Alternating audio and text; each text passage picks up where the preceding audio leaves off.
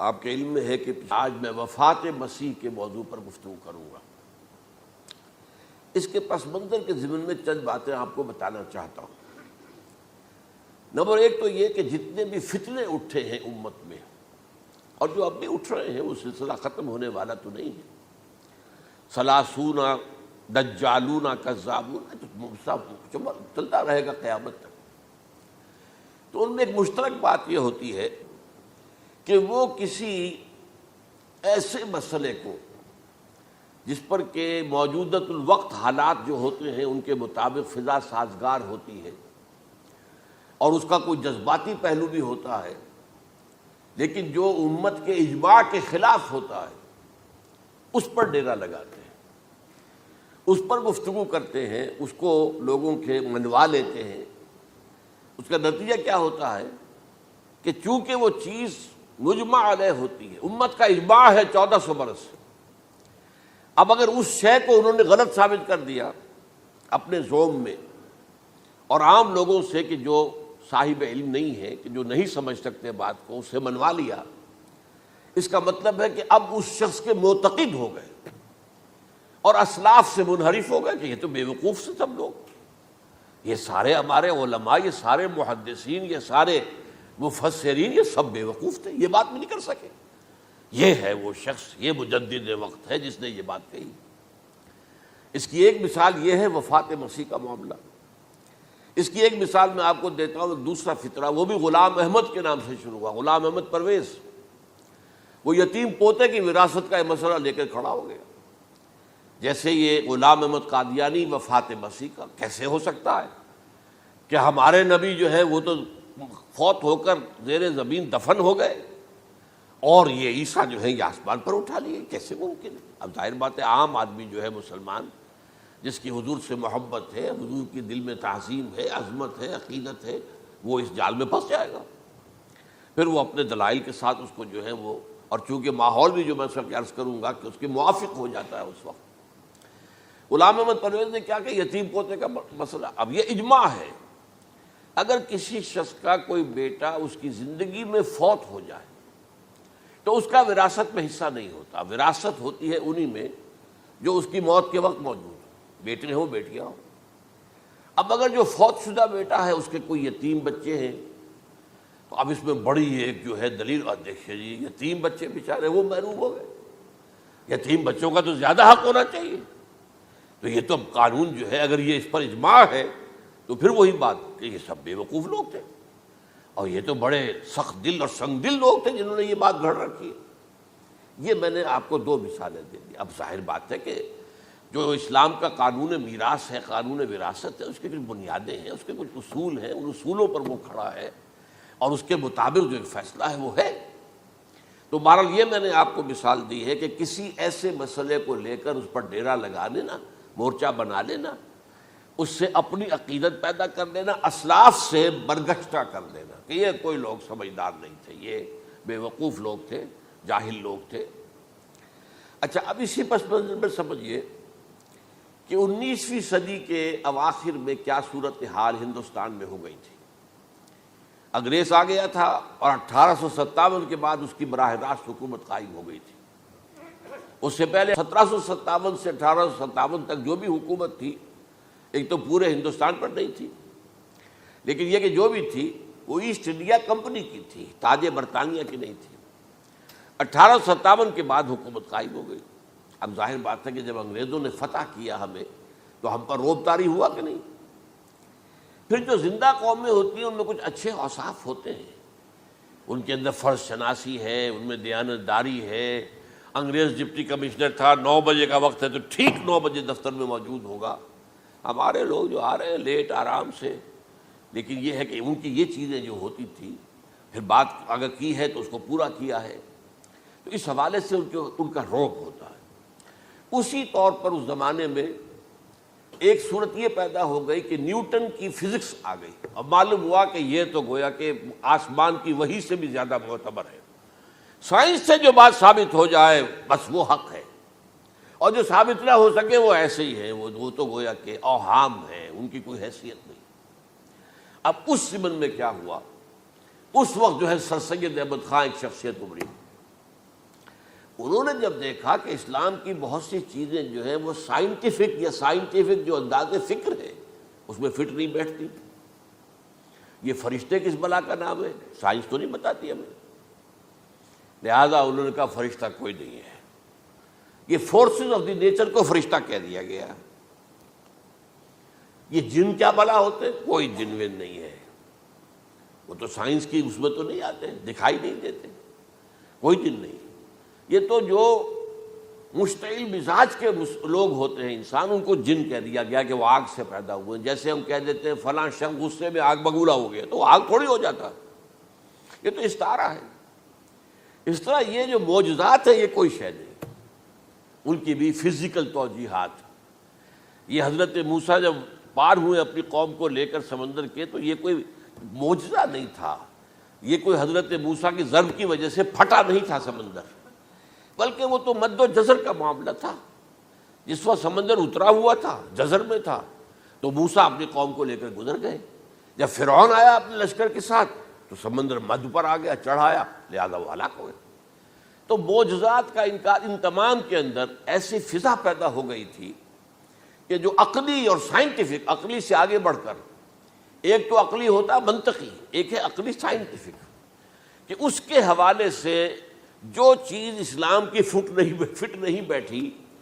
جیسے کہ آپ کہتے ہیں round peg in a square hole اور square peg in a round hole. اب اسکوئر پیگ ہے، راؤنڈ ہول ہے، تو آپ کو اس کے کونے تراشنے پڑیں گے تب وہ اس ہول میں جائے گا. لہذا انہوں نے وہ کونے تراشے.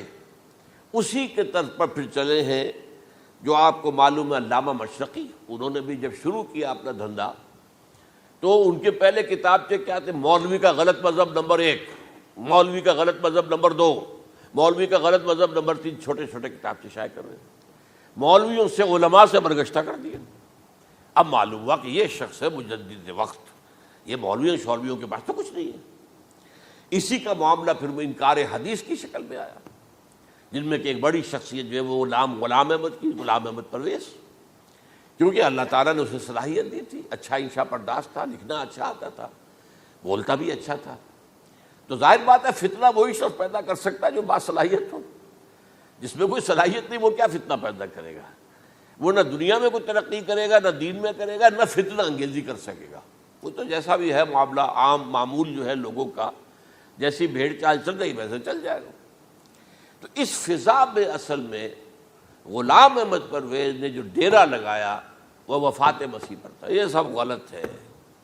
یہ کہ مسیح زندہ آسمان پر اٹھا لیے گئے، کیسے ممکن ہے؟ ممکن ہے یہ کوئی الہونی بات ہے؟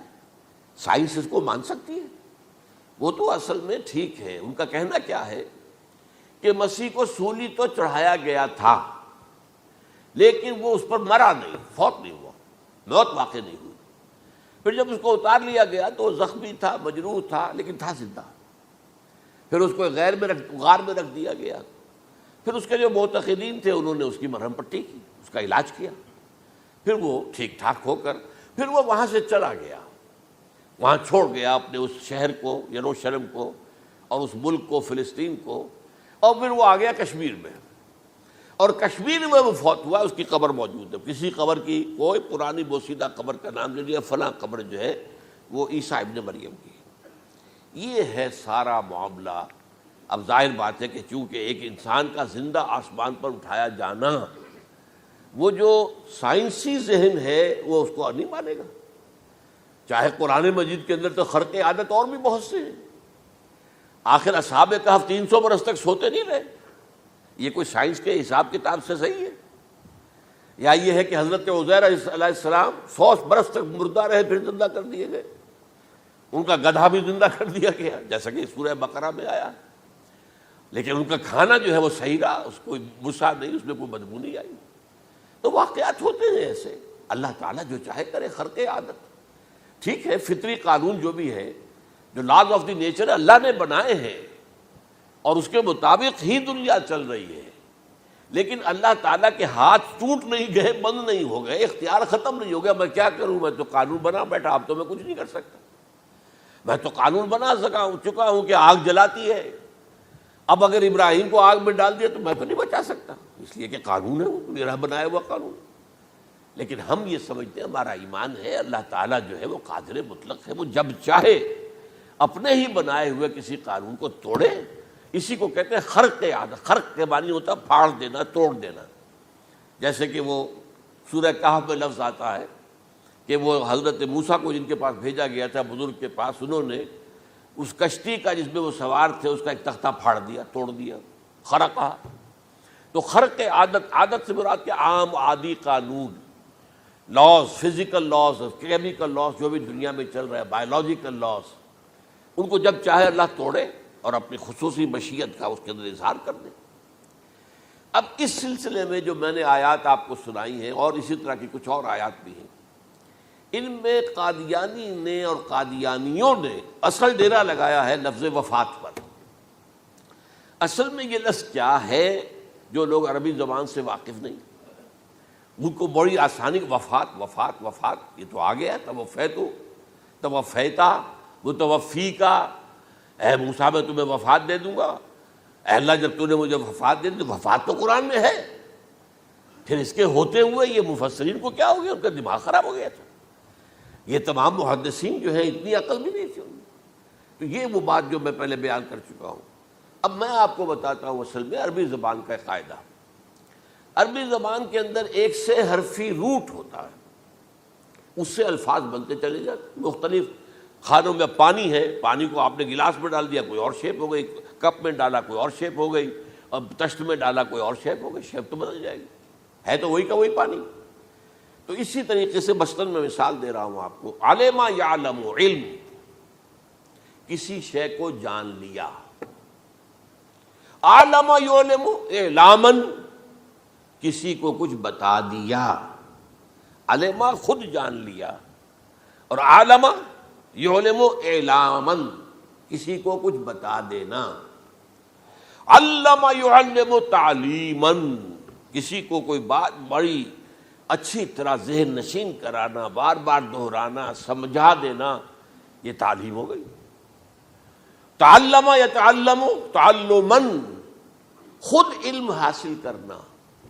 اب علم یعلم سے عالم بنا، اور علم یعلم سے معلم بنا، اور تعلم یتعلم سے خود علم حاصل کرنا، اس سے متعلم بنا. متعلم جو کہ علم حاصل کر رہا ہے. اسی طرح استعلام، علم حاصل کرنا، کسی چیز کے بارے میں جسے ہندی میں کہتے جانکاری حاصل کر لینا، اویئرنیس حاصل کر لینا. اب وہی لفظ ہے علم. اب کہیں آپ اس کے مادے کو دکھا کر اور اس کے معنی میں الٹ پھیر کریں گے تو جو شخص عربی زبان سے واقف نہیں وہ تو نہیں جانے گا اس کو. اسی طرح کی مثال ہے وفا. وفا یفی، وقا یقی، وفا یفی. اوفا یوفی ایفاءً، وفا یوفی توفیتاً، توفا یتوفا تعفن، اور استیفا. یہ اسی طریقے سے میں نے مثال آپ کو دے دی. وفا یفی کے مادے سے اس مصدر سے کوئی لفظ قرآن میں نہیں آیا، لیکن اردو میں آپ کو معلوم ہے نا، بڑا پیارا مصرع ہے. وہ وعدہ ہی کیا جو وفا ہو گیا. بھائی وعدہ وفا کرو، وعدہ پورا کرو. اس کے معنی ہے پورا کر دینا، کسی کو کوئی چیز پوری دے دینا. اور اس کے بعد اوفا یوفی، اس کے معنی بھی وہی ہے، بھرپور. اس سے بنے گا اوفو بعہدی اوف بعہدکم. یہ جو سورہ بقرہ کے 5ویں رکوع میں آیا ہے، یہودیوں تم میرے عہد کو پورا کرو تو میں تمہارے عہد کو پورا کروں گا. تم میرے عہد کو پورا کرو. میں نے تم سے عہد لیا تھا کہ جو رسول نبی امی آئیں گے، نبی رسول امی، اس کو تمہیں ماننا ہے، اس کا ساتھ دینا ہے. اوفو بعہدی، اب اس عہد کو پورا کرو. اوف بعہدکم، تو میں تمہارے ساتھ برکات خیرات جیسی پہلے رہی ہیں ابھی باقی رکھوں گا. وفا یوفی، پورے اہتمام سے پورا کر دینا، کسی کو دے دینا چیز پورے اہتمام کے ساتھ. جیسے علم یعلم، پورے اہتمام کے ساتھ درجہ بدرجہ ایک بات ذہن نشین کرنا. یوفی، اس کا جیسے وَإِبْرَاهِيمَ الَّذِي وَفَّى، ذرا اس ابراہیم کا تذکرہ کرو جس نے سارے تقاضے جو اللہ کے تھے پورے کر دیے، بھرپور. جو امتحان آیا اس میں وہ ثابت قدم نکلے. توفا یتوفا، یہ آیا کسی شے کو پورا پورا لے لینا. اب ایک ہے پورا پورا دے دینا، ایک ہے پورا پورا لے لینا، ایک ہے کسی کو علم دینا، علم یعلم تعلیما، کسی کو پورا دینا، وفا یوفی توفیتن، کسی سے علم حاصل کرنا، تعلم یتعلم تعلما، کسی سے پورا پورا لے لینا ہے، توفا یتوفی، اور اسی طرح استیفاء، کسی سے پورا لے لینا۔ یہ لفظ آیا ہے ویل للمطففین الذین اذا اکتالوا علی الناس یستوفون واذا کالوہم ووزنوہم یخسرون۔ ہلاکت و بربادی ہے ان ڈنڈی مارنے والوں کے لیے جو جب تول کر لیتے ہیں تو پورا لیتے ہیں، اور جب دیتے ہیں تو اس میں کمی کر دیتے ہیں، ڈنڈی مار جاتے ہیں۔ الا یظن اولئک انہم مبعوثون، کیا انہیں یاد نہیں رہا ہے کہ یہ دوبارہ اٹھائے جائیں گے، اللہ کے سامنے کھڑے ہوں گے، حساب ہوگا پورا پورا پیسے پیسے کا۔ تو یہ میں نے آپ کو اس گردان سے بتا دیا کہ ایک ہی لفظ جو ہے وہ کتنے معنی دے رہا ہے۔ مادہ ایک ہے، وفا یوفی پورا کر دینا، اوفا یوفی پورا کر دینا، لیکن توفا یتوفی پورا لے لینا، استیفاء پورا لینا، اذا اکتالوا علی الناس یستوفون واذا کالوہم ووزنوہم یخسرون۔ اب دیکھیے اس میں قرآن مجید جو ہے اس کے ضمن میں سب سے جو فیصلہ کن آیت ہے وہ سورہ زمر کی ہے، اور یہ جو میں نے پچھلی مرتبہ بھی آپ سے کہا تھا، لا یاتیہ الباطل من بین یدیہ ولا من خلفہ، قرآن پر باطل حملہ آور ہو ہی نہیں سکتا، نہ سامنے سے نہ پیچھے سے۔ اب دیکھیے یہ ساری آیتیں جن میں حضرت مسیح کا ذکر ہے اور وفات کا لفظ جو ہے مختلف صورتوں میں استعمال ہوا ہے، اس میں سورہ زمر جو کہ مکی صورت ہے اس میں ہے وہ کانٹے دار آیت جس سے مسئلہ حل ہوتا ہے۔ وہ کیا ہے؟ وہ میں نے آپ کو سنائی ہے، اللہ یتوفی الانفس حین موتہا، اللہ قبض کر لیتا ہے، لے لیتا ہے نفس کو اس کی موت کے وقت، واللتی لم تمت فی منامہا، اور جس کے مرنے کا وقت نہیں آیا، مرا نہیں ہے، اس کی نیند میں لے لیتا ہے، فیمسک التی قطع علیہ الموت، تو جس پر موت کا فیصلہ ہو چکا ہے اس کو تو روکے رکھا ہے، موت کے وقت لیا اور روکے رکھا، اور ویرسل الاخری الی اجل مسمی، اور جو دوسرے ہیں جن کی موت کا وقت نہیں آیا ان کو مؤخر کر دیتا ہے، واپس کر دیتا ہے، لوٹا دیتا ہے۔ سوال یہ، نیند میں کیا چیز اللہ لیتا ہے؟ کیا جان لیتا ہے؟ جائز بات ہے نہیں، شعور نہیں چلا۔ ایک ہے انسان کا شعور، وہی تو سب سے اعلیٰ شے ہے، سب سے اونچی چیز تو وہی ہے۔ یہ شعور ختم ہو گیا تو انسان کہاں رہا؟ اس کے نیچے جو کچھ ہے وہ تحت شعور ہے، سب کانشیس مائنڈ۔ تو خواب واب جو ہوتے ہیں وہ سب کانشیس مائنڈ کے ہوتے ہیں، وہ کانشیس مائنڈ کے تو نہیں ہوتے۔ جو کانشیسنس ہے، شعور جو ہے، اور خاص طور پر خود شعوری، وہ نیند میں اللہ سلب کر لیتا ہے۔ تو محض شعور کے لیے بھی وفات کا لفظ آ گیا۔ ابھی تو جان یہی ہے، جو سویا ہوا ہے وہ مرا تو نہیں ہے، زندہ ہے۔ البتہ جب جس کو ہم موت کہتے ہیں وقت آیا تو شعور بھی لے لیا، جان بھی لے لی، دو چیزیں لے لی۔ حضرت عیسیٰ پر پورا اطلاق ہوا، مجسم عیسیٰ کو لے لیا، شعور بھی لے لیا، جان بھی لے لی اور بدن بھی لے لیا۔ تو گویا کہ لفظ توفا کا کامل اطلاق تو صرف عیسیٰ پر ہو رہا ہے۔ ہم جب مرتے تو ہمارا جسم تو یہی رہتا ہے، وہ تو گیا قبر میں، پورا قبض نہیں کیا اس نے، پوری شے کو اپنے قبضے میں نہیں لیا، جسم تو یہی ہے۔ لیکن یہ کہ موت کے اندر ظاہر بات ہے کہ جان گئی، اور جان ہی ایسا چیز ہے، جب جان نکل گئی تو یہ کیا ہے؟ یہ تو یوں سمجھیے کہ اب ایسی چیزیں جلدی سے قبر میں دبا دو ورنہ یہ سڑے گی، گل جائے گی، اور قبر میں بھی کیا ہوگا؟ کیڑے ویڑے کھائیں گے، ختم کریں گے، اللہ ماشاءاللہ جس کو اللہ چاہے۔ انبیاء کرام اور شہداء کی جسموں کو اللہ تعالیٰ نے محفوظ رکھا ہوا ہے، واللہ عالم۔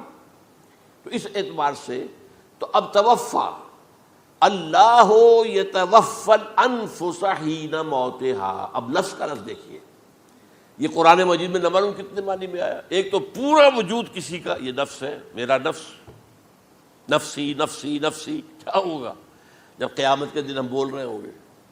اور جو اللہ کے لیے بھی لفظ آ گیا نفس، نفس کے معنی ہم جب بولتے ہیں عام طور پہ تو وہ تو برے سمجھ میں بولتے ہیں، بھائی یہ نفسانی تقاضے ہیں، ان کو ذرا دبا کے رکھو، لیکن یہ نفس یحذرکم اللہ نفسہ، اللہ تمہیں ڈراتا ہے اپنے آپ سے، یعنی اللہ اپنی ذات سے ڈراتا ہے کہ وہ جہاں رؤوف اور رحیم ہے وہاں پر وہ عذاب دینے والا بھی ہے، انتقام بھی لیتا ہے، شدید العقاب بھی ہے۔ تو یہ بھی ہو گیا نفس۔ پھر نفس جو ہے ہم اس کو بھی کہہ دیتے ہیں، جو کہ نفس کی ایک کیفیت ہے خاص، نفس لوامہ، نفس امارہ، نفس مطمئنہ، یا ایتھا النفس المطمئنہ ارجعی الی ربک راضیۃ مرضیہ۔ تو یہاں پر کیا ہے؟ نفس سے مراد پہلا جو ٹکڑا ہے اللہ یتوفی الانفس حین موتہا، شعور جو ہے اس پر لفظ نفس کا اطلاق ہوا، اور جب موت ہوتی ہے تو شعور کے ساتھ جان بھی اس کے اندر شامل، وہ نفس کا اطلاق ہو گیا اس پر بھی۔ اور اصل میں لفظ توفا جو ہے اس کا حقیقی مفہوم اگر پورا ہوا ہے اس معنی میں کہ پورا کا پورا لے لینا، تو وہ تو صرف حضرت مسیح علیہ السلام کے بارے میں ہے۔ شعور جمع جان جمع جسم، وہ سب کے سب اللہ تعالیٰ نے لے لی۔ تو یہ اصل میں اس آیت کے اوپر جو ان لوگوں نے زور لگایا ہے اس میں اس اعتبار سے کہ یہ لفظ وفات جو ہے اس کے اوپر جو ہے عام طور پر وفات کے معنی ہے موت ہے، حالانکہ قرآن مجید میں موت کا لفظ بھی تو آیا ہے نا، ان موتہا واللتی لم تمت، یہ سارے الفاظ موت کا لفظ بھی تو آتا ہے نا، لیکن یہ کہ وفات کا لفظ بھی ہے، کوئی شک نہیں ہے، حضور کی وفات ہو گئی، فلاں کی وفات ہو گئی، یہ بھی ہے، لیکن یہ اس کا ایک استعمال ہے، وفا یفی، اوفا یوفی، وفا یوفی، توفا یتوفی، استیفا یستعفی، یہ سارے الفاظ اسی سے وفا کے لفظ سے بن رہے ہیں۔ اب یہ کہ اس کے ضمن میں عقلی بات آپ کے سامنے رکھنا چاہتا ہوں، یہ تو میں نے آپ کے سامنے اس لفظ کے حوالے سے، کیونکہ سارا ڈیرا اس لفظ پر ہے ان کا۔ دیکھیے پہلی بات عقلی طور پر یہ ہے جو قرآن سے ثابت ہے، رسول کبھی قتل نہیں ہو سکتا اور رسول کبھی مغلوب نہیں ہو سکتا، اس میں فرق ہے نبی اور رسول کا، نبی قتل ہو سکتا ہے، رسول قتل نہیں ہو سکتا۔ اب یہ علیحدہ بحث ہے نبی کون ہوتا ہے، رسول کون ہوتا ہے۔ اس میں جو اجماع ہے تمام امت کا وہ کیا ہے کہ رسول خاص ہے، نبی عام ہے۔ نبی بہت آئے ہیں، 1.25 لاکھ آئے ہیں بعض روایات کی روح سے، رسول بہت تھوڑے 313 آئے ہیں۔ قرآن مجید میں یوں سمجھیے کہ 20 کے قریب تو انبیاء کا ذکر ہے، اور 5-7 ہیں جو رسول ہیں۔ حضرت نوح رسول ہیں، آدم تو رسول نہیں تھے، نبی تو تھے۔ حضرت شیش رسول تو نہیں تھے، نبی تو تھے۔ حضرت ادریس رسول تو نہیں تھے، نبی تو تھے۔ نبی تو رسول جو ہے پہلے وہ تو حضرت نوح ہے۔ تو اس طریقے حضرت جو ہود ہیں، پھر حضرت صالح ہیں، اس حوالے سے نبی اور رسول کے فرق کو سمجھیے۔ تو قرآن کہتا ہے کتب اللہ لاغلبن انا ورسلی، اللہ نے طے کر دیا ہے، لکھ دیا ہے، میں اور میرے رسول غالب آ کر رہیں گے، رسول مغلوب نہیں ہو سکتا۔ نمبر 2، وَلَقَدْ سَبَقَتْ كَلِمَتُنَا لِعِبَادِنَا الْمُرْسَلِينَ أَنَّهُمْ هُمُ الْمَنْصُورُونَ وَأَنَّ جُنْدَنَا لَهُمُ الْغَالِبُونَ، یہ بات ہمارے طرف سے طے کی جا چکی ہے، پہلے سے طے ہو چکی ہے، پہلے سے معین قانون ہے اپنے ان رسولوں کے بارے میں جنہیں ہم نے بھیجا ہو، رسولوں کے، نبیوں کے بارے میں نہیں، کہ وہی منصور ہوں گے، ان کی مدد کی جائے گی لا محالہ، اور ہمارا جو لشکر ہوگا یعنی رسول کے ساتھ جو لوگ ہوں گے وہ اللہ کا لشکر ہے، وہ حزب اللہ ہے۔ وَأَنَّ جُنْدَنَا لَهُمُ الْغَالِبُونَ، لازماً وہ غالب ہو کر رہیں گے۔ یہ 2 چیزیں جو ہے قرآن مجید کے اندر، یہ 2 آیات نص سے قطعی ہیں کہ رسول کبھی مغلوب نہیں ہو سکتا، رسول کبھی قتل نہیں ہو سکتا۔ اب عجیب بات دیکھیے سورہ آل عمران میں، کیونکہ حضرت عیسیٰ کے ساتھ حضرت یحییٰ بھی موجود ہیں۔ حضرت یحییٰ حضرت مریم کے خالہ زاد بھائی تھے، حضرت زکریا کے بیٹے تھے۔ سورہ آل عمران اور سورہ مریم دونوں میں آپ دیکھتے ہیں کہ پہلے یحییٰ کا ذکر ہوتا ہے، پھر عیسیٰ کا ذکر ہوتا ہے۔ یہ ہم عصر بھی تھے، لیکن یہ کہ سینئر تھے حضرت یحییٰ۔ لیکن حضرت یحییٰ کی مدح قرآن کرتے کرتے آخری بات کیا کہتا ہے، نبیم من الصالحین، لفظ رسول نہیں آیا ان کے لیے۔ اور وہیں سائملٹینیس کنٹراسٹ ہے سورہ آل عمران میں حضرت عیسیٰ کے لیے، وہ سارے ان کی مدح، رسولاً الی بنی اسرائیل، وہ رسول تھے اور وہ نبی تھے۔ نبی قتل ہو گئے، ایک آبرو باختہ لڑکی کی فرمائش پر قتل کر دیا گیا۔ ایک ڈانسر، اس پر بادشاہ اس وقت جو تھا، وہ بادشاہ کیا تھا، وہ ایسے بادشاہ ہوتے تھے اس زمانے میں جیسے ہمارے ہاں بھاولپور کے جو ہے نواب ہے، بادشاہ تو انگریز تھا، حکومت تو اس کی تھی، لیکن ایک اٹانومی سی دے رکھی تھی۔ راجے جو ہے، راجا صاحب ہیں، مہاراجا ہیں، یہ راجے مہاراجے اور نواب جو ہوتے تھے یہ ایک اٹانومی تھی، باقی یہ کہ اصل میں تو بادشاہ جو ہے تو انگریز کی تھی۔ تو اسی طرح کی ایک اٹانومی جو ہے حکومت وہاں اس وقت تھی اصل میں رومیوں کی، اس کا گورنر وہاں موجود تھا پائلیٹس پونٹس، لیکن یہ کہ انہوں نے یہودیوں کو ایک مذہبی اٹانومی دے رکھی تھی۔ چنانچہ ہیڈرن ان کا ادارہ تھا، دارالقضاء، جہاں چوٹی کے ان کے فقہا اور لیڈر جو تھے، ربائی، وہ بیٹھتے تھے اور فیصلے کرتے تھے۔ کسی مذہبی معاملے میں جو فیصلہ وہ کر دیتے تھے یہ ان میں معاہدہ تھا، وہ فیصلہ جو ہے وہ پھر ایگزیکیوٹ کیا جائے گا، وہ فیصلہ آخری ہوگا ان کا۔ وہ خود تو سزا نہیں دے سکتے، سزا تو گورنر دے گا، لیکن یہ کہ اگر ہیڈرن جو ہے ان کا جو وہ ہے ادارہ ٹاپ کا، وہ اگر سزا دے دے، سلا دے، تو گورنر کو وہ سزا دینی پڑے گی، یہ ان کا طے تھا معاملہ۔ تو اس نے حضرت مسیح علیہ السلام کو مرتد قرار دیا، جو ہیڈرن ان کا سب سے اونچا ادارہ تھا۔ اس اعتبار سے ان کو جو ہے، لیکن جیسا کہ میں بتا رہا تھا کہ حضرت عیسیٰ رسول تھے، وہ قتل نہیں ہو سکتے تھے، مغلوب نہیں ہو سکتے تھے، لیکن حضرت یحییٰ نبی تھے، ان کو وہی جو اس وقت کا جو یہودیوں میں سے جو بادشاہ تھا نام کا، جو ہیروڈ اینٹیپاس، یوں سمجھیے کہ اس نے کچھ بہت حرام کاری کی ہوئی تھی، شاید اپنے بھائی کی کسی بیوہ کو، وہ مجھے ایگزیکٹلی یاد نہیں ہے، بغیر اس کے کہ وہ عدت مدت پوری ہو، پھر نکاح ہو، اسے اپنے گھر میں ڈالا ہوا تھا، اور اس کی جو لڑکی تھی اس کے اوپر بھی عشق آ گیا تھا، آپ کو دل آ گیا تھا، شادی بھی کرنا چاہتا تھا اس سے، اور اس کا ڈانس تھا، اس پر کہا مانگو کیا مانگتی ہو۔ تو اس نے کہا، اس لیے کہ حضرت یحییٰ جو ہے تنقید کرتے تھے بہت کہ یہ تم کیا حرام کام کر رہے ہو، تم نے جس طریقے سے جس عورت کو گھر میں ڈالا ہوا ہے تم گناہ کر رہے ہو، تم شریعت کے خلاف کام کر رہے ہو۔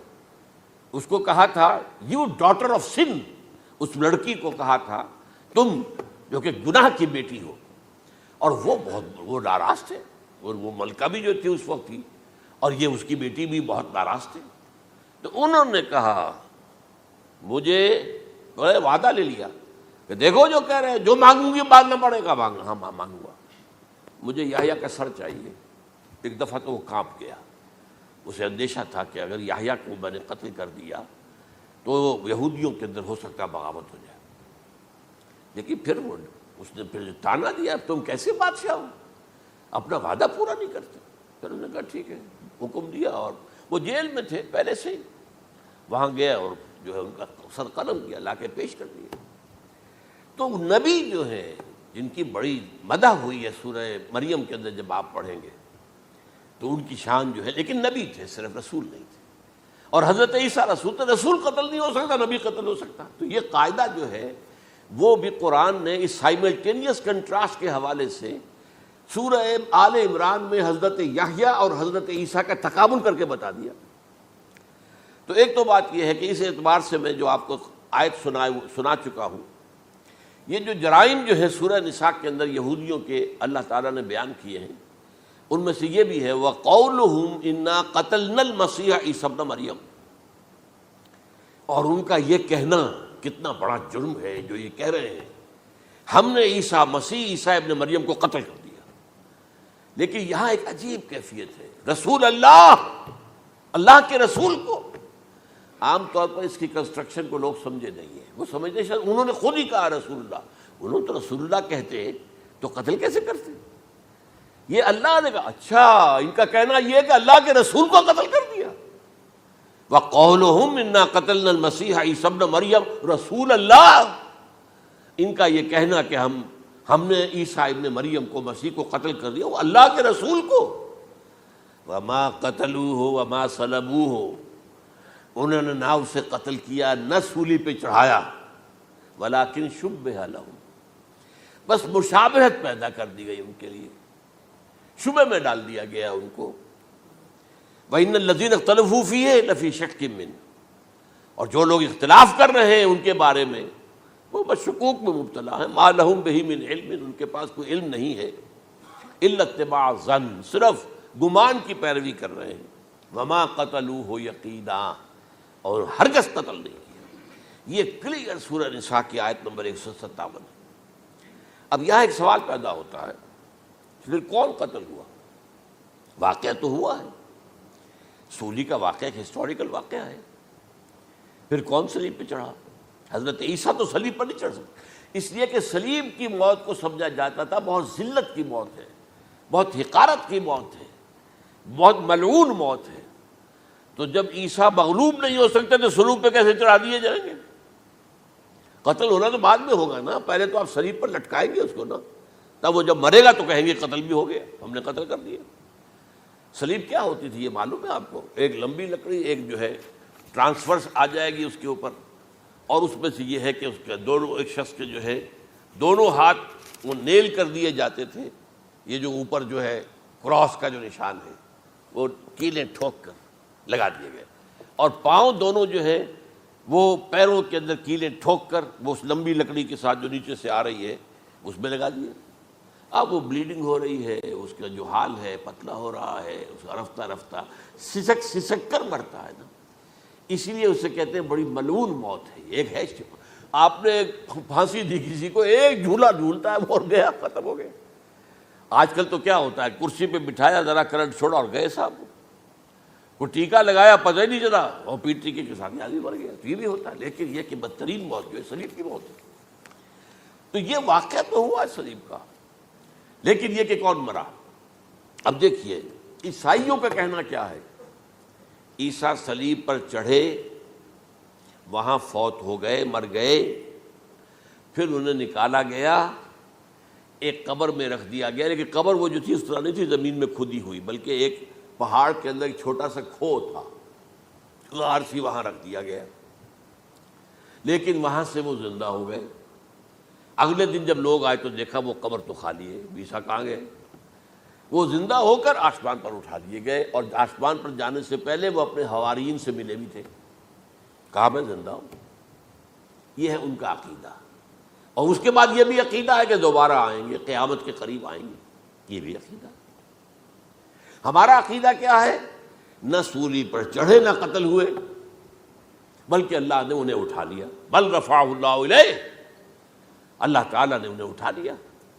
جیسے کہ آتا قرآن میں، یا عیسیٰ انی متوفیک ورافعک الیہ، اے عیسیٰ میں تمہیں قبض کر لوں گا، قبضے میں اپنے لے لوں گا اور اپنی طرف اٹھا لوں گا، رافعک الیہ، یہ قرآن مجید کا قول ہے۔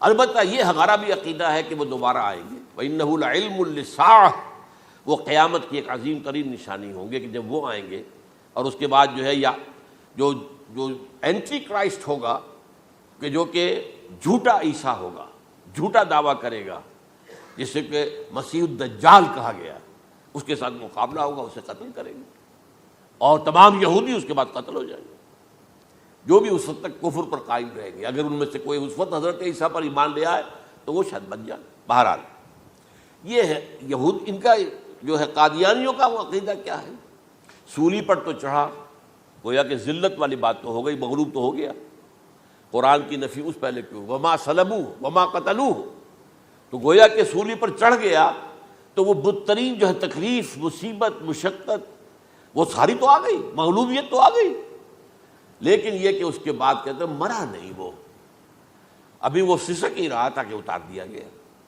اس کے بعد اس کے جو شاگرد تھے، حواری تھے، انہوں نے مرہم پٹیاں کی، پھر وہ ٹھیک ہو کر چلا گیا کہیں اور، ہجرت کر گیا اپنی قوم سے جو ان کے خیال میں کشمیر ہے، اور یہاں آ کر وہ طبی موت مر گیا۔ بات اللہ ختم ہوا معاملہ۔ ہم کیا کہیں؟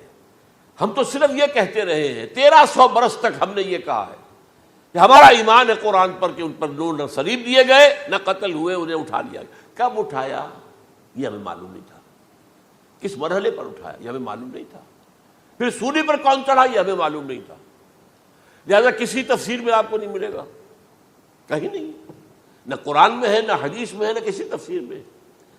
یہ تو پچھلی صدی کے دوران جو پوپ کی لائبریری ویٹیکان میں، اس سے ایک نسخہ برآمد ہوا، انجیل برنباس۔ اب یہ بھی آپ کو معلوم ہونا چاہیے کہ انجیلیں 104 تھیں، جن میں سے 4 جو ہے سلیکٹ کی گئی ہیں۔ 100 انجیلیں اور ہیں جنہیں وہ اپوکریفل کہتے ہیں، غیر مستند انجیلیں، اپوکریفل۔ اور یہ ہے کینونیکل، قانونی، یہ ہے کہ جو مستند ہیں 4، لیکن جو 100 اور ہیں ان میں سے ایک یہ بھی ہے برنباس۔ اور برنباس کے بارے میں عیسائی مانتے ہیں کہ وہ بھی حضرت عیسیٰ علیہ السلام کے حواریین میں سے ایک تھے۔ وہ انجیل نکل آئی، اب وہ چھپ بھی گئی ہے۔ کراچی میں ایک ادارہ ہے، خاص طور پر باوانی جو سیٹھ ہیں ان کا بنایا ہوا ادارہ ہے، تو وہی چھاپتے بھی ہیں۔ ایک زمانے میں تو کافی تقسیم بھی کر رہے تھے، اب مجھے معلوم نہیں۔ اس نے سارا قصہ بیان کیا۔ قصہ کیا ہے؟ بہت دلچسپ قصہ ہے، پوری تفصیل سے۔ ایک شخص جو کہ حضرت مسیح کے حواریین میں شامل ہو گیا، وہ تھا جیوڈاس اسکیریوٹ۔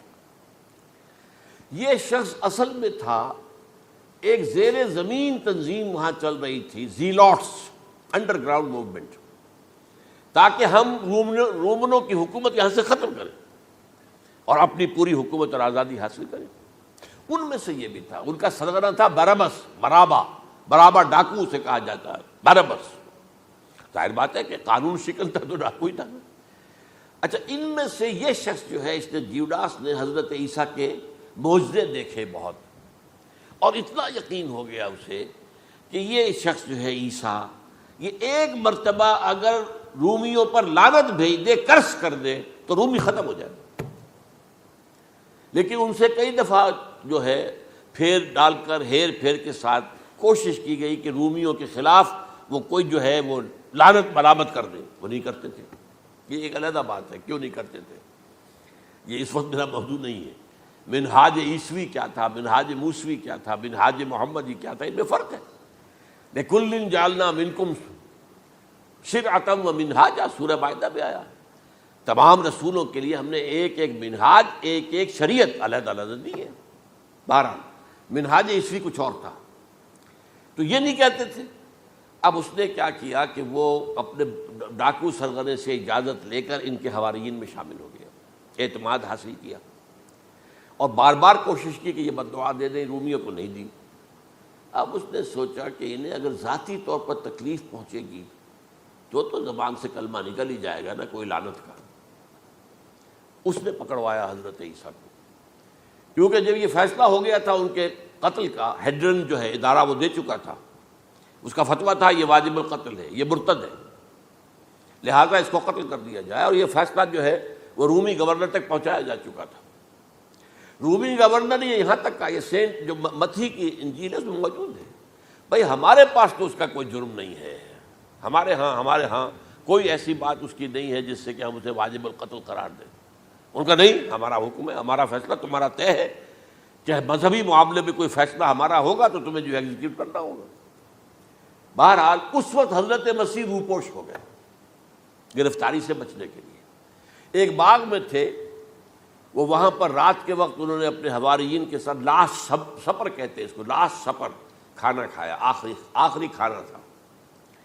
اور اس کے بعد اس نے فرمایا، آج کی رات تم میں سے ایک میرے خلاف غداری کرے گا۔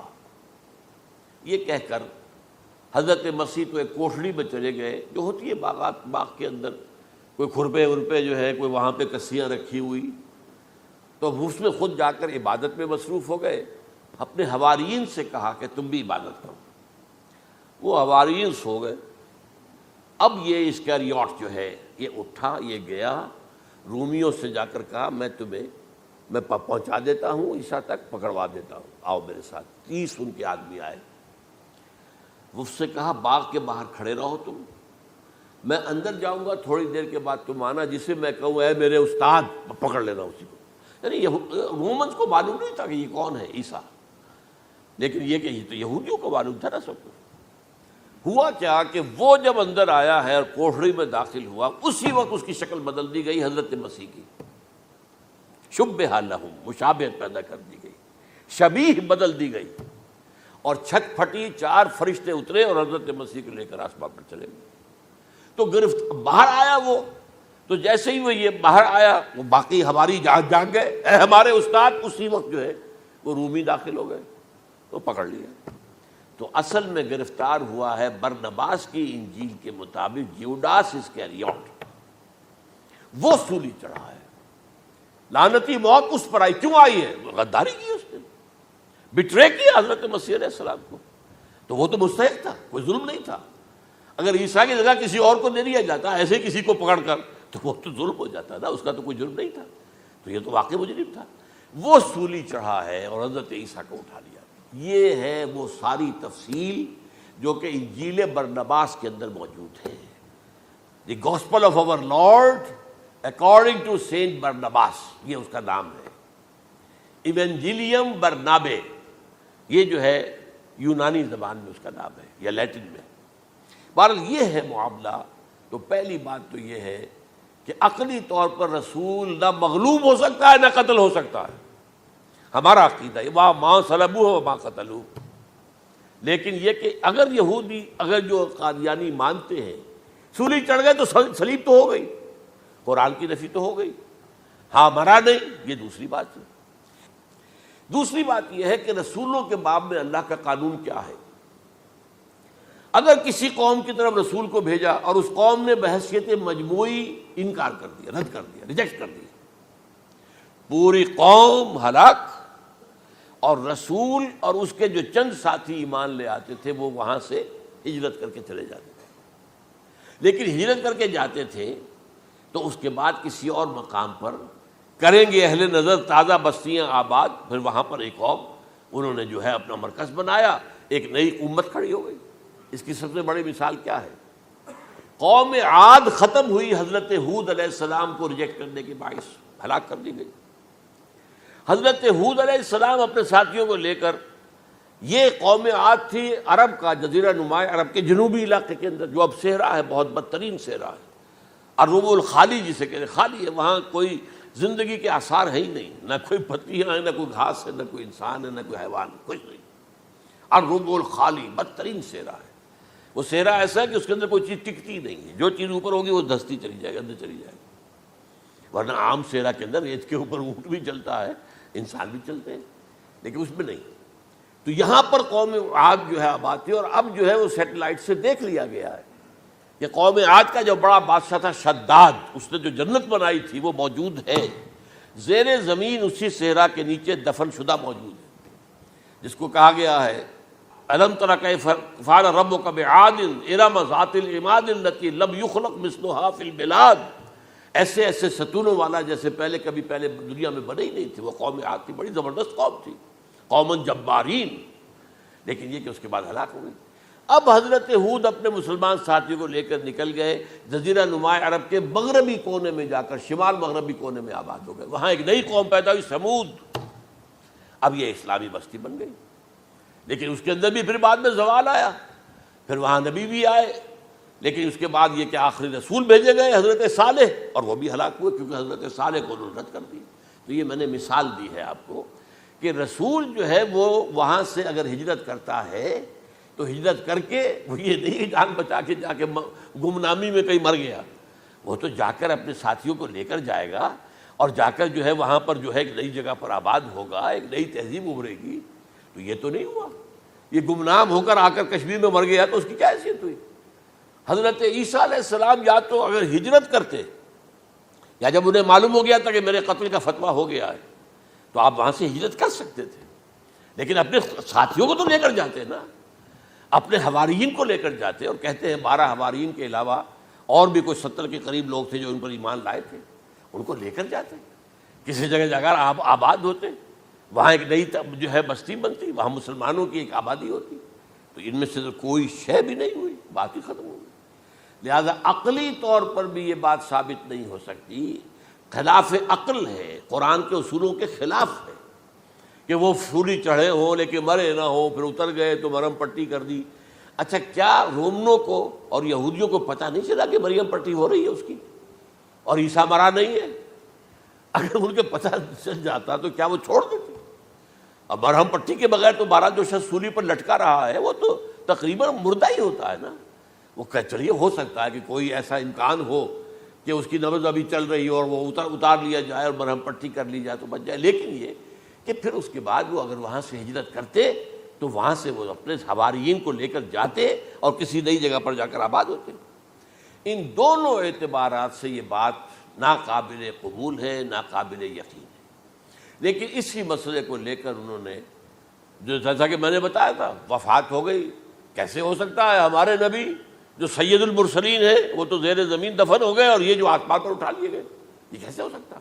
بس اس کے اوپر عام لوگ جو ہیں وہ متاثر ہوئے، اور خاص طور پر وہ سائنٹیفک مائنڈ جو بن گیا تھا، تو چونکہ سائنس کے اس خاکے کے اندر وہ بات فٹ نہیں بیٹھتی، لہذا ان لوگوں نے اس کو قبول کیا۔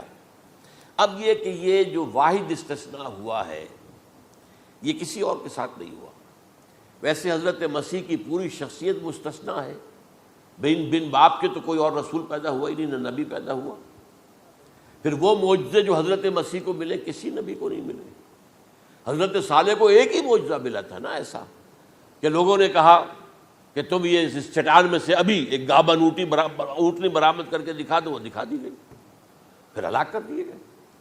لیکن جو اور معجزے حضرت مسیح کو دکھائے ہیں وہ بچپن میں بولے ہیں، گود میں تھے یا پگھوڑے میں تھے، بولے ہیں انی عبد اللہ آتانی الکتاب وجعلنی نبیا۔ یہ بات نہ ہوتی تو حضرت مریم کے کیا حشر کرتی قوم کہ تمہاری بغیر شادی کے یہ کہاں سے لے آئی ہو تم، یہ تو ولد الزنا ہے۔ پھر تو یہ سارا معاملہ جو ہے حضرت عیسیٰ بولے ہیں وہاں پہ، خود وہ بچہ بولا ہے۔ اب اس کے بعد بولنے کی لوگوں کے اندر کیا گنجائش تھی؟ زندہ کو مردہ کر دینا، ثم بإذن اللہ، مردہ زندہ ہو گیا۔ اور تخلیق حیات، ایک پرندہ بنانا گارے کا، پھونک مارنا اور اڑتا ہوا پرندہ بن جائے، ایک کوڑی کے جسم پر ہاتھ پھیرنا اور کوڑ ختم، ایک مادرزاد اندھے کی آنکھوں پر ہاتھ پھیرنا اور بینائی آ گئی۔ یہ سارے معجزات مستثنا شخصیت، ان کا یہ استثناء کیوں کیا گیا؟ یہ بڑی تلخ بات ہے، یہ یاد کر لیجیے، کیونکہ یا تو قوم اسی وقت ہلاک کر دی جاتی جیسا کہ ہوا قوم نوح، قوم ہود، قوم عاد، قوم سمود، قوم شعیب، یہ ہوا کہ نہیں ہوا؟ اور صدوم اور عمورہ کی بستیاں جہاں حضرت لوط بھیجے گئے، اور آل فرعون جو ہلاک کیے گئے، یا تو پوری قوم ہلاک کی جاتی؟ نہیں، یہ یوں سمجھیے کہ اس پورے معاملے کو درمیان میں سے ایک وقفہ دے دیا گیا، حضرت عیسیٰ کو اٹھا لیا گیا، اور حضرت عیسیٰ دوبارہ آئیں گے۔ یہ کیوں کیا گیا؟ اب اس میں بڑی تلخ بات آپ سے کہہ رہا ہوں، یہ آپ کے لیے قبول کرنا آسان نہیں، حلق سے نیچے اترے گی مشکل سے۔ اس قوم کو زندہ رکھا گیا ہے جو ملعون اور مغضوب علیہم قوم ہے۔ سب سورہ فاتحہ میں مفسرین لکھتے ہیں ضالین، یہ نصارہ ہیں، اور مغضوب علیہم یہ یہودی ہیں۔ اور قرآن کہتا ہے لعن الذین کفروا من اہل الکتاب علی لسان داؤد وعیسی ابن مریم، لعنت کی گئی ایک ملعون اور مغضوب قوم کے ہاتھوں آخری امت محمد، اور اس کا بھی بہترین حصہ، اس پر عذاب ان کے ہاتھوں آئے گا، عربوں پر عذاب یہودیوں کے ہاتھوں، اس لیے ان کو بچایا گیا۔ یہ میں نے کئی دفعہ واقعہ سنایا، مولانا اسلائی صاحب بتایا کرتے تھے، کیونکہ وہ راجپوت تھے، یو پی کے راجپوت، مشرقی حصے کے، کہ ہمارے ہاں کوئی نوجوان اگر کوئی بڑی گری ہوئی حرکت کرتا تھا تو اس کے سر پر چمار کے ذریعے، چمار کے ہاتھوں جوتا لگوایا جاتا تھا۔ اگر راجپوت کے سر پر راجپوت کا جوتا گرا تو چلو تکلیف تو ہوئی، لیکن یہ کہ راجپوت کا جوتا گرا ہے نا، پڑا ہے، لیکن راجپوت کے سر پر چمار کا جوتا، جس کو آپ انگریزی میں کہتے ہیں to add insult to injury, وہ تکلیف بھی ہے جوتا کھانے کی، اور انسلٹ ہے کہ ایک چمار مار رہا ہے۔ یہ امت سب سے خیر امت ہے، کنتم خیر امت اخرجت للناس۔ اس کے لیے عذاب بھی بدترین آئے گا، اور کن پر آئے گا؟ اس امت کا جو اصل نیوکلیس ہے عرب، جس کے بارے میں حضور کی حدیث موجود ہے ویل للعرب، عرب کے لیے بہت بڑی ہلاکت ہے۔ اور آج ہماری نظر میں آ رہا ہے وہ ملعون اور مغضوب علیہم قوم، ان کے سینے کے اندر خنجر کی طرح بھونکی گئی ہے، اور 30 کروڑ کے قریب عرب بے حمیتی، بے غیرتی، بزدلی، کمزوری، ذلت، مسکنت کی مثال بنے ہوئے۔ کوئی بول سکتا ہے اس اسرائیل کے خلاف؟ کوئی بول سکتا ہے؟ 30-35 لاکھ آدمی ہے اسرائیل کے اندر یہودی، اس سے زیادہ تو امریکہ میں 50 لاکھ کے قریب، کل 1.25 کروڑ آدمی ہے یہ یہودی پوری دنیا کے اندر. لیکن دیکھیے جو چاہتا کرتا ہے. جب چاہا اس نے عراق کے ایٹمک انسٹالیشن کو تباہ کر دیا، اور سعودی عرب کی فضا میں اس کو فیول کیا ہے انہوں نے، دوبارہ ری فیولنگ جو ہوئی ہے ان کے جہازوں کی، وہ سعودی عرب کی فضا میں ہوئی. یہ صورت جو ہے عربوں کے اوپر، اور اب جو آنا ہے آرمگیدان، کیونکہ پوری عیسائی دنیا یہودیوں کے قبضے میں ہے، اور یہ رومی ایک حدیث کی روح سے 80 علم لے کر حملہ آور ہوں گے تم پر، اور یہ ہوگا مڈل ایسٹ میں. آپ کو معلوم ہے پوری دنیا میں کہا جا رہا ہے 3rd ورلڈ وار جو ہونے والی ہے وہ مڈل ایسٹ میں ہوگی. اور میں ٹوائنبی کا قول آپ کو سنا چکا ہوں، 1950 کا قول ہے اس کا. یہ اس وقت تک تو سوال ہی پیدا نہیں ہوتا تھا. سارا تصادم جو ہو رہا تھا وہ ایک طرف روسی اور اس کے ساتھی تھے، روس اور اس کے ساتھی، دوسری طرف یہ مغربی یورپ اور امریکہ تھا. کوئی مسلمانوں اور عیسائیوں کی کسی جنگ کا تو کوئی امکان نظر ہی نہیں آتا تھا. لیکن ٹائنبی نے کہا ہے، جو سب سے بڑا فلاسفر آف ہسٹری ہے 20ویں صدی کا، کہ اب جو جنگ ہوگی بڑی، جو اس نیکسٹ سینچری کی، 21 سینچری کی، وہ در حقیقت کمیونزم کے درمیان اور کیپٹلزم کے درمیان نہیں ہوگی، بلکہ عیسائیوں اور مسلمانوں کے درمیان ہوگی. یہ میں اس کا حوالہ بھی پورا آپ کو دے چکا ہوں، اس نے یہ کہاں یہ بات کہی. تو یہ ہے، یہ بات جان لیجئے. اور مڈل ایسٹ میں ہوگی، گریٹر اسرائیل بنے گا. حدیث میں خبریں، یہ سارے مسلمان ممالک تمہارے ہاتھ سے نکل جائیں گے مسلمانوں. یہ عراق اور اردن اور یہ اور وہ، یہاں تک کہ ترکی، سعودی عرب کا بھی شمالی حصہ نکل جائے گا. البتہ مدینے کا جو ان کا پروگرام ہے اس کو اللہ نہیں پورا ہونے دے گا. مدینے میں داخلے کی ان کو اجازت نہیں ملے گی. بہرحال یہ سارا کچھ ہونے والا ہے. وہ وقت بھی آنے والا ہے کہ حضور کی ایک حدیث کے مطابق ایک شخص کے 1000 بیٹے ہوں گے تو 999 ختم ہو جائیں گے، ایک بچے گا. یہ وقت بھی آنے والا ہے کہ حضور فرماتے ہیں اتنی بڑی جنگ ہوگی، اتنی خوریزی ہوگی کہ پوری زمین اٹھ جائے گی لاشوں سے. تو پرندہ جو ہے، کوئی ایک تو پرندے ہوتے ہیں کہ جو مردار خور ہے، گدھ ہے، وہ تو بڑی خوشی سے اتریں گے، تناول فرمائیں گے لاشوں کو. اسی طریقے سے کوے ہیں، چیلے ہیں. لیکن جو نفاست پسند پرندے ہیں وہ لاش کے اوپر اترنا نہیں چاہتے. تو ایک پرندہ اڑتا چلا جائے گا، اسے کہیں زمین پر اترنے کی جگہ نہیں ملے گی، لاشیں ہی لاشیں ہوں گی، یہاں تک کہ وہ تھک ہار کر اس کے جو ہے پر جواب دے جائیں گے. گرے گا تو لاش پر گرے گا. یہ وقت آنے والا، اور یہ یہودیوں کے ہاتھوں، یا یہودیوں کے جو سپورٹرز ہیں اس وقت، جو ان کے ہاتھ میں آلہ کار ہیں، ان کے ہاتھوں آنا ہے. میرے نزدیک اس کام کے لیے اس ملعون قوم کو، کہ جو حضرت عیسیٰ کے زمانے سے ملعون ہو چکی ہے، اس کو باقی رکھا گیا ہے. اسے یہ موقع دیا گیا ہے. اس نے اسرائیل بنا لیا ہے. تقریباً 2000 سال کے بعد وہ دوبارہ آ کر آباد ہوئے اس سرزمین میں جہاں سے نکال دیے گئے تھے 70 عیسوی کے اندر. یہ سارا کچھ کیوں ہو رہا ہے؟ تو در حقیقت میرے نزدیک واللہ عالم حکمت خداوندی اس میں یہ ہے، انہیں روک کر رکھا گیا ہے اور حضرت عیسیٰ کو اٹھا لیا. پھر وہی عیسیٰ آئیں گے اور انہی کے ہاتھ میں یہ ہلاک ہوگا. سوائے اس کے، چونکہ جو ایک میں نے آپ کو کئی دفعہ حوالہ دیا ہے، فلاڈلفیا ٹرمپٹ ایک رسالہ نکلتا ہے پروٹیسٹنٹ عیسائیوں کا. انہوں نے یہ لکھا ہے، اس نے لکھا ہے ایک پرچے کے اندر کہ جب حضرت مسیح آئے گی، اینٹی کرائسٹ ہوگا، وہ لکھا اس نے کہ وہ یہودی ہوگا، حالانکہ وہ پرو یہودی ہے. وہ جتنے بھی یہ جو کرسچن زائنسٹ ہیں، یہ تو یہودیوں سے بڑھ کر زائنسٹ ہیں، ان کے بڑے سپورٹرز ہیں. تو لیکن اس نے لکھا ہے اینٹی کرائسٹ ول بی اے جیو. ابھی کچھ عرصے پہلے آپ کو یاد ہوگا نوسٹریڈیمس کا بڑا چرچا ہو گیا تھا، اس کی جو ہے وہ پیشن گوئیاں، اور یہ کہ ایک مسلمان ہوگا اینٹی کرائسٹ، اور صدام کے بارے میں اشارے کیے جا رہے تھے کہ وہ اینٹی کرائسٹ ہوگا وغیرہ وغیرہ. لیکن انہوں نے لکھا ہے کہ وہ اینٹی کرائسٹ یہودی ہوگا، اور اس نے لکھا 80% یہودی قتل ہو جائے گا. یہ میں نے ایک تعویل کی ہے اپنے ذہن میں کہ 20% شاید وہ ہوں جو حضرت عیسیٰ کی جو سیکنڈ کمنگ ہے، آمد ثانی کے موقع پر ان پر ایمان لے آئیں اور وہ بچ جائیں. لیکن جو بھی حضرت عیسیٰ کا انکاری ہوگا وہ ختم کر دیا جائے گا. جیسے قوم نوح ختم ہوئی، قوم ہود ختم ہوئی، قوم عاد ختم ہوئی، قوم صالح ختم ہوئی، اسی طریقے سے. تو یہ قانون خداوندی پورا ہونا ہے. بس ایسے ہی ہے جیسے کسی کو پھانسی کا حکم تو ہو گیا ہو لیکن ابھی ایگزیکیوشن نہ ہوئی ہو. ہوتا ہے 2 سال 3 سال گزر جاتے کہ پھانسی کا حکم ہے لیکن یہ کہ اب وہ پھانسی نہیں ہو رہی ہے، وہ اپیل و در اپیل معاملہ چل رہا ہے. یہ ہے میرے نزدیک واللہ عالم. اللہ تعالیٰ نے یہ کوڑا ان مسلمانوں کے لیے رکھا ہوا ہے، کیونکہ جن کے رتبے ہیں سوا، ان کی سوا مشکل ہے۔ جتنا اونچا مقام اللہ نے دیا عربوں کو، ان میں حضور کو اٹھایا، ان کی زبان میں اپنا آخری کلام نازل کیا، تو ان کی ذمہ داری بھی بہت ہے۔ جن کے رتبے ہیں سوا، ان کی سوا مشکل ہے۔ اقول قولی ھذا واستغفر اللہ لی ولکم ولسائر المسلمین والمسلمات۔